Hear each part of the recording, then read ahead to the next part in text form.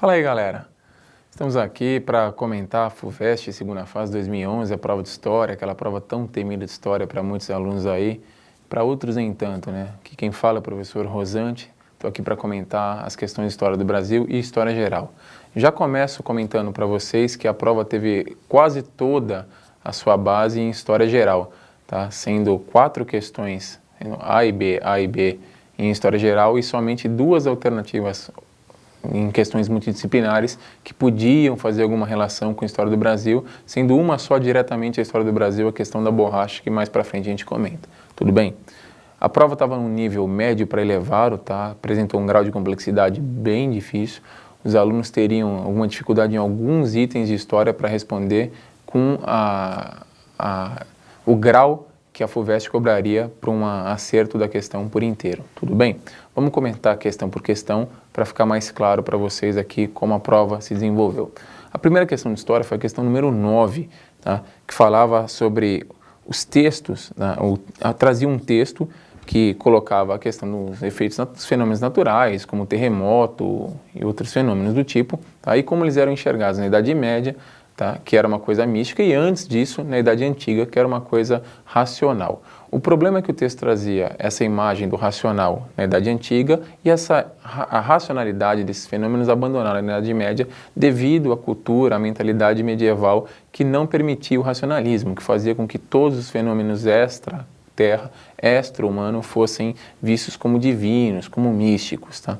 E aí a primeira pergunta era para você identificar e explicar as mudanças no contexto intelectual do século XVII que contribuíram para que esses fenômenos deixassem de ser vistos como místicos. Tá? Você tem que lembrar do renascimento científico que acontece nesse momento, que já vem acontecendo a reboque do renascimento cultural e que termina no século XVII e que traz o racionalismo, a racionalidade à tona novamente, derrubando aquela mentalidade mística que existia durante toda a Idade Média. Tudo bem? A sua resposta tinha que ter esses elementos para ter uma base coerente e razoável com o que a pergunta pedia.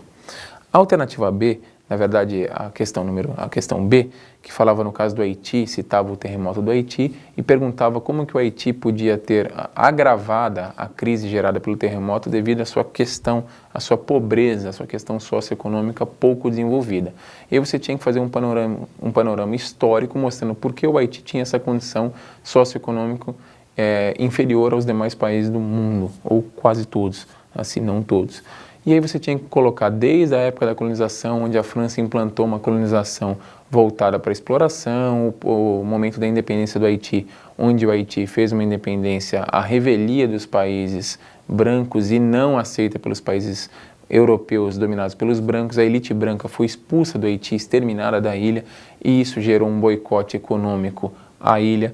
Tá? Você também teve a questão do pagamento da indenização à França, antiga metrópole, de 90 milhões de francos, o que gerou uma crise econômica que o Haiti não conseguiu se reerguer, tanto por não ter esse dinheiro para pagar imediatamente a indenização, como também por não conseguir romper o embargo econômico imposto pelos demais países.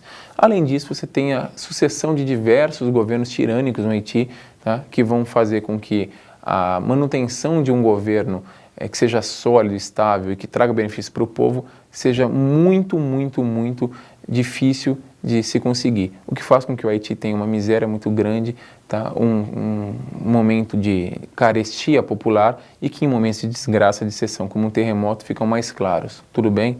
Espero que a resposta tenha sido trabalhosa, mas possível de ser realizada.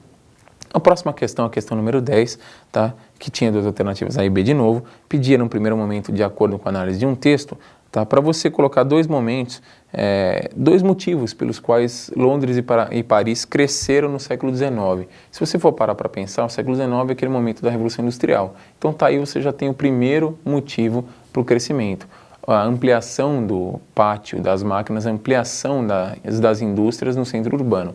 Isso traz a reboque o segundo motivo, que era o aumento pela procura de mão de obra, o que faz com que as pessoas saiam das áreas rurais e migrem para a área urbana, fazendo as cidades ficarem inchadas, aquele inchaço urbano, tá? As pessoas são atraídas devido à grande oferta de trabalho, tudo bem? A questão B, que pedia para você indicar e analisar uma característica dentre as mencionadas no texto que se faça presente em grandes cidades atuais.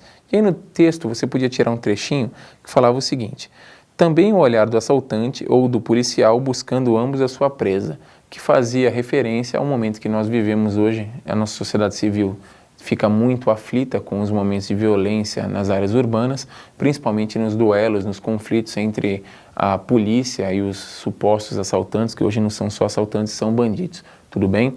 Tendo em voga aí o caso mais recente do Rio de Janeiro, a expulsão dos traficantes do Morro do Alemão, do Complexo do Alemão, tá? Poderia elucidar bem essa questão. Tudo bem? A questão 17 e 20, que também tinham questões de história, já eram multidisciplinares. A questão de 17, número 17, cobrava a alternativa A para você explicar duas fases históricas mencionadas no texto. Essa questão era bem complexa, a mais difícil de história da prova, pois trazia um texto do professor Nicolau Tchevchenko, tá? Que era um texto de análise para o aluno de grau elevado, pois cobrava que o aluno entendesse as três fases que o texto trazia. Uma primeira fase que iria do século XVI até meados do século XIX, que queria representar o advento do capitalismo, o crescimento desse e a solidificação desse sistema. Tá? Uma segunda fase que mostraria esse capitalismo em xeque até o momento da guerra, ele iniciando no nacionalismo, nos nacionalismos latentes da unificação italiana e alemã, até o momento da Primeira, Segunda Guerra, ali, aquele período entre Primeira e Segunda Guerra, com entre-guerras envolvido.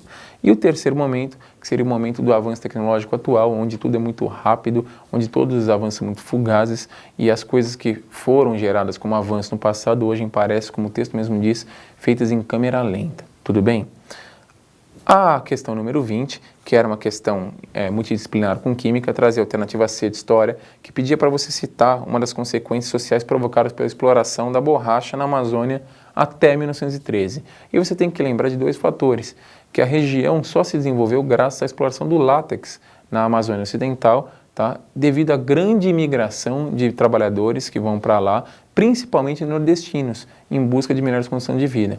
Isso faz com que você tenha um movimento migratório maciço do Nordeste para o Norte, para a região da Amazônia Ocidental, e crie na região uma das cidades mais prósperas da época, que era Manaus. Tudo bem? No geral, a prova de história teve um grau médio para elevar, como já disse, muito trabalhosa, mas para um bem preparado, para o nosso bom aluno, esse não encontrou nenhum problema maior, ok? Espero que vocês tenham ido bem e que amanhã tenham um resultado ainda melhor. Até mais, pessoal. Boa sorte.